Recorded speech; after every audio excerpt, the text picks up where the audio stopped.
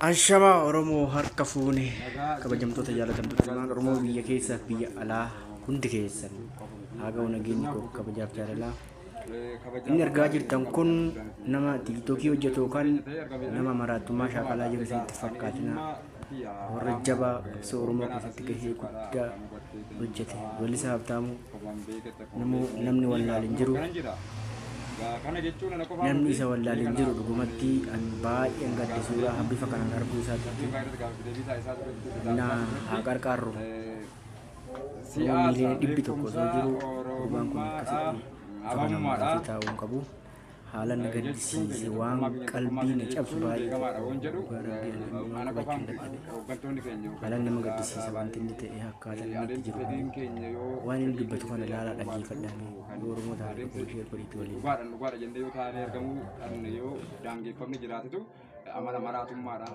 kan qabnudha jechuunis beekamaadha maraanne jenne malee maraanne kuma jiraatu beekamaadha kanaaf sirba kiyya kan jalqabaa akkam godhee tan obsaa akkam godhee tan obsaa akkam godhee tan obsaa akkam godhee tan obsaa nan obsa jedhee tan dide garaan obsu nan ta'a jedhee tan dide garaan taa'u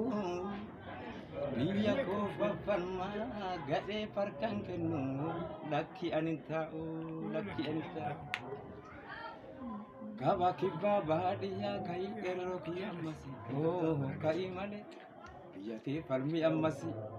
meeqatu du'ee hafee gurbaa laalii goonni akkasi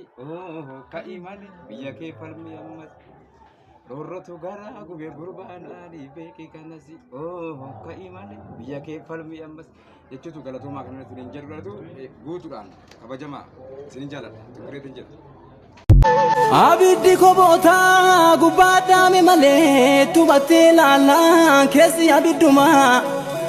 jarri ufne malee kanaaf nu nyaatanii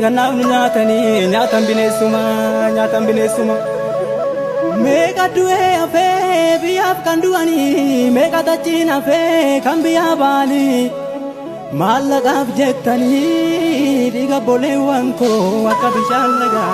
dachiidhaan niqxanii maal jetture ijoollee dubbiintu namaatte dhiira meeqa dhabnee kan saroonni nyaatte madaan saree fayyuu falatti barbaanna guma waliin baafna